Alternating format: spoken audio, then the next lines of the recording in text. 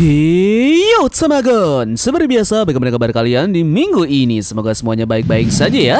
Setelah chapter 1158 banyak sekali hal yang disorot, terutama tentang duel Rox melawan Harald serta kelahiran Shanks dan Samrock di God Valley. Di chapter berikutnya kita akan menyaksikan sesuatu yang jauh lebih besar. Siapa sebenarnya sosok ibu dari Shanks dan juga Samrock, dan apakah ia hanya perempuan misterius berambut merah atau justru keturunan penting? Sementara itu, duel Rox melawan Harald yang berakhir tanpa pemenang bukanlah akhir, melainkan awal dari perpecahan mereka. Harald yang lebih memilih jalannya bersama dengan pemerintahan dunia bisa jadi alasan mengapa Elbaf tak pernah jatuh ke tangan Rox.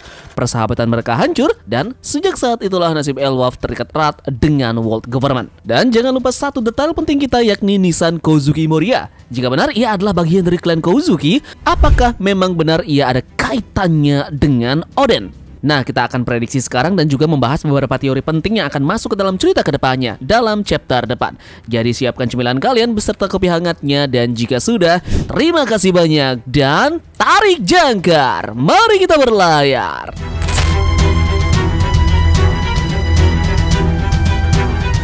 Setelah Oda memperlihatkan Shanks dan juga Samrock di God Valley, besar kemungkinan chapter depan akan lebih dalam menjelaskan siapa sebenarnya ibu mereka. Tamkan akan mengajak kalian dulu flashback kembali dengan mengingat perihal Garling pertama kali muncul saat mengeksekusi Josgard sambil berkata, siapapun yang membela sampah lebih rendah dari sampah itu sendiri.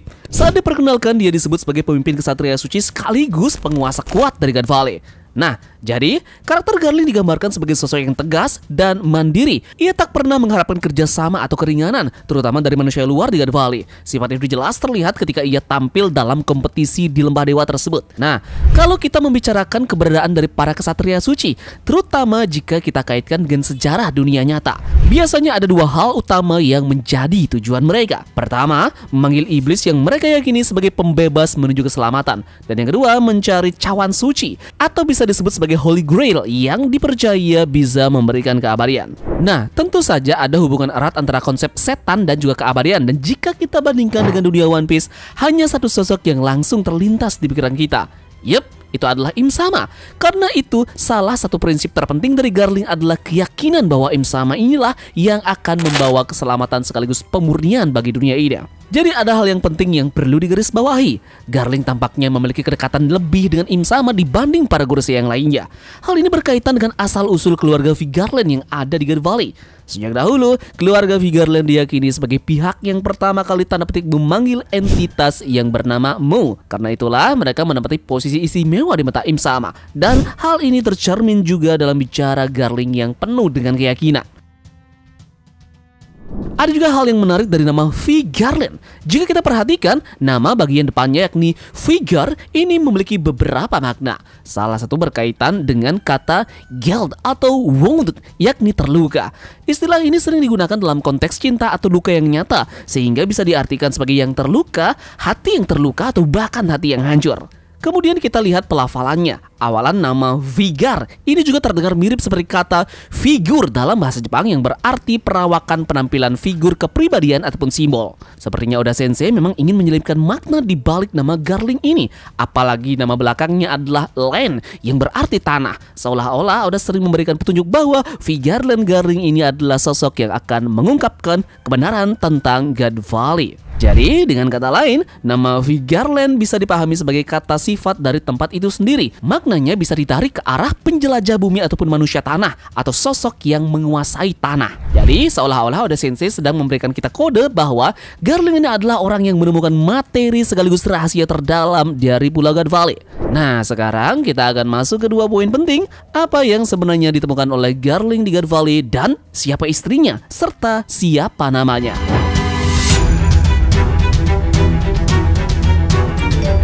Pertama, mari kita bahas dulu God Valley itu sendiri. Dari petunjuk yang ada, God Valley ini bukanlah pulau biasa. Garling dan keluarganya tampak berdiri di atas sebuah peradaban kuno yang unik. Tempat ini mungkin dulunya adalah sebuah kerajaan merdeka ataupun berdaulat penuh dengan identitas dan keunggulannya sendiri. Deskripsi ini pun menunjukkan bahwa God Valley ini berkembang karena warisan masa lalu, memiliki kekuatan dan pengetahuan yang tak bisa dimiliki kerajaan yang lainnya, serta kemandirian yang membuatnya berbeda dari wilayah di bawah kekuasaan pemerintahan dunia. Dengan kata lain ya, God Valley ini bisa saja menyimpan peninggalan abad kekosongan, dan Garling adalah sosok yang menemukan ataupun mewarisi rahasia besar dari peradaban yang hilang tersebut. Kekayaan asli God Valley tercermin dalam beberapa hal. Pertama, adanya sumber energi yang disebut sebagai Mother Flame. Energi ini bukan sekedar buatan, melainkan berasal dari sesuatu yang hidup, mungkin seekor naga atau sumber misterius yang kemudian dimanfaatkan untuk memberi tenaga pada seluruh senjata legendaris. Selain itu, God Valley ini tampaknya memiliki peradaban yang maju, sistem pengobatan yang lebih berkembang dibanding kerajaan lain, serta keragaman ras yang hidup berdampingan di dalamnya. Inilah yang membuat God Valley menjadi negeri unik sekaligus istimewa. Bahkan ya diduga kuat senjata kuno Uranus terkubur pada pulau ini. Karena itulah Garling ini berusaha menarik kerajaan tersebut untuk bergabung dengannya. Namun ketika mereka menolak, Garling ini pun memilih jalan lain. Ia menikahi putri raja sebagai langkah politik yang membuatnya menguasai rahasia sekaligus legitimasi God Valley. Kemudian ada juga beberapa petunjuk yang menguatkan tentang salah satu senjata legendaris memang tersembunyi di God Valley. Pertama, kita sekarang sudah memasuki saga terakhirnya, di mana Oda Sensei mulai membuka tabir rahasia dari One Piece. Tidak mungkin God Valley ini hanya sekedar pulau biasa, pasti ada sesuatu yang monumental di sana. Kedua, kita melihat bagaimana Garling berbicara tentang mereka yang menolak ataupun menerima bergabung dengan pemerintahan dunia. Ucapannya itu terasa janggal karena sifat Garling yang keras dan arogan sama sekali bukan tipe yang akan merayu ataupun memohon kesetiaan. Justru perkataannya sekarang itu bisa dimaknai sebagai topeng, ia ingin meyakinkan agar mereka ini tunduk. Sementara tujuan sebenarnya darinya adalah menguasai senjata kuno serta sumber daya vital seperti Mother Flame.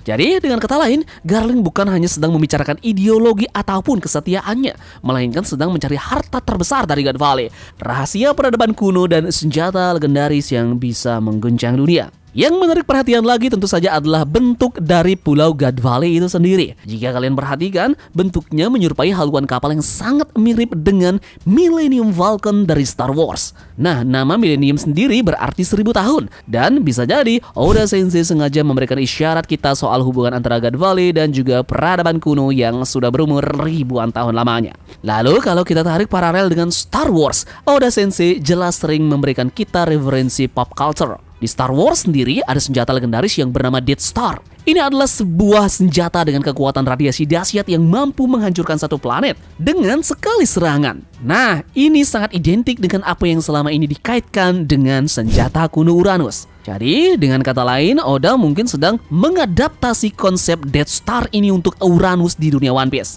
Pulau God Valley sendiri bisa jadi adalah suatu wadah ataupun bahkan hanggar alami tempat Uranus disembunyikan. Jadi, radiasi ataupun energi misterius yang pernah disebutkan dalam cerita yang berkaitan dengan Mother Flame bisa jadi adalah bentuk nyata dari kekuatan Uranus yang belum diungkap sepenuhnya. Jadi, inilah alasan mengapa Garling menggunakan rencana keduanya, menikahi putri raja di God Valley. Para raja di sana bukanlah penguasa biasa. Mereka adalah pewaris rahasia besar, yakni penjaga senjata kuno atau sumber energi Mother Flame. Jadi dengan menikahi putri rajanya, Garling ini bukan sekedar mengikat aliansi, tetapi juga mengamankan hak waris untuk mengendalikan senjata tersebut. Langkah ini terlihat seperti strategi klasiknya, memastikan bahwa keturunannya kelak akan memiliki legitimasi untuk menguasai senjata kuno, sekaligus memegang kendali atas kerajaan God Valley. Namun, Garling bukanlah sosok yang puas hanya dengan separuh kekuasaannya. Begitu ia berhasil masuk ke lingkaran keluarga kerajaan, rencana berikutnya adalah menyingkirkan mereka semua. Jadi dengan cara tersebutlah ia tak hanya memiliki garis keturunan yang sah, tetapi juga bisa merebut senjata kuno yang penuh tanpa ada hambatan politik ataupun moral. Jadi inilah yang akhirnya terjadi di God Valley, pengkhianatan, perebutan warisan senjata, dan pembersihan besar-besaran yang kemudian diselimuti oleh sejarah kelamnya. Jadi dengan kata lain, tragedi God Valley bukan hanya insiden bajak laut, tetapi sebuah perebutan senjata kuno yang berdarah di sana. Sekarang kita menuju ke istri dari Garling yang tak lain juga ibu dari Shanks dan juga Samrock yang kita lihat di chapter kemarin. Menurut referensi mitologi, bisa saja istri dari Garling ini sebut saja Masha. Ia digambarkan sebagai wanita dengan rambut merah, terinspirasi dari mitologi Celtic dan juga Wales. Dalam legendanya, Masha dikenal sebagai penguasa bumi sekaligus penguasa matahari, seorang pejuang tangguh dengan kecepatan yang luar biasa. Ia mampu bergerak, berlari, dan berpindah tempat dengan kelincahan yang nyaris tak tertandingi, sebuah sifat yang seolah diwarisi oleh Shanks yang mampu menggampar Kid dengan sekejap mata di Elbaf. Bagaimana jika Masha ini menikah dengan seorang pria yang berkuasa? Dalam konteks ini adalah Garling. Nah, kemudian lahirlah Shanks dan juga Samrock ini. Shanks akhirnya dibesarkan oleh Roger sementara Samrock di tempat lain. Mungkinkah Oda Sensei ingin menunjukkan kepada kita bahwa Shanks ini bukan hanya keturunan dari Veigarland, tapi juga pewaris garis mitologi kuno melalui Masya ini? Nah, kemudian bukannya melahirkan penerus yang bisa dikendalikan oleh Garling, garis keturunan Masya ini justru membawa ancaman besar bagi pemerintahan dunia, bahkan Ing Sama itu sendiri. Dan kemudian musuh utama dari Veigarland ini sendiri adalah Dragon. Dragon ingin menghancurkan pemerintahan dunia dengan semua kejahatannya. Jadi dialah yang ditakdirkan untuk menjatuhkan Veigarland. Kemudian lanjut membicarakan Harald melawan Rox. Duel mereka yang tidak ada pemenang membuat world government ini semakin yakin untuk menjadikan Harald ini sebagai wakil mereka di Elbaf. Mungkin kita akan melihat Harald ini resmi bersekutu dengan pemerintahan dunia yang menjelaskan mengapa Elbaf dulu tidak sepenuhnya di bawah dari Rox. Rox pun bisa mulai merasa dihianati dan ini menjadi salah satu pemicu kehancurannya. Selanjutnya dalam chapter depan kita juga menunggu-nunggu tentang kelanjutan dari cover story Moria yang benar-benar misterius. Cover story yang memperlihatkan nisan Kozuki Moria terlalu besar untuk dibiarkan begitu saja. Kemudian di chapter depan bisa saja akan memperlihatkan peradaban serius antara Roger dan juga Rox, mungkin tentang tujuan mereka terkait dengan Void Century dan Ancient Weapon. Yup, dan chapter depan pun bisa jadi penutup mini flashback dengan menegaskan bahwa Elbaf selalu berada di tengah dari tarik-menarik antara Rox, pemerintahan dunia, dan juga Roger. Shanks dan juga Samrock lahir di tempat yang menjadi pusat sejarah yakni God Valley yang akan mengungkap sisi besar dari karakter-karakter ini. Oke, jadi sekian saja pembahasan Talagon terkait dengan prediksi dan juga beberapa teori menarik seputar Shanks dan juga Samrock ini. Ingat, di minggu ini kita akan mendapatkan spoiler dari One Piece ya. Jadi, silahkan bunyikan lonceng notifikasinya dan terima kasih sudah menonton. Sekian dari Tamagon dan turunkan jangkar. Mari kita berlabuh.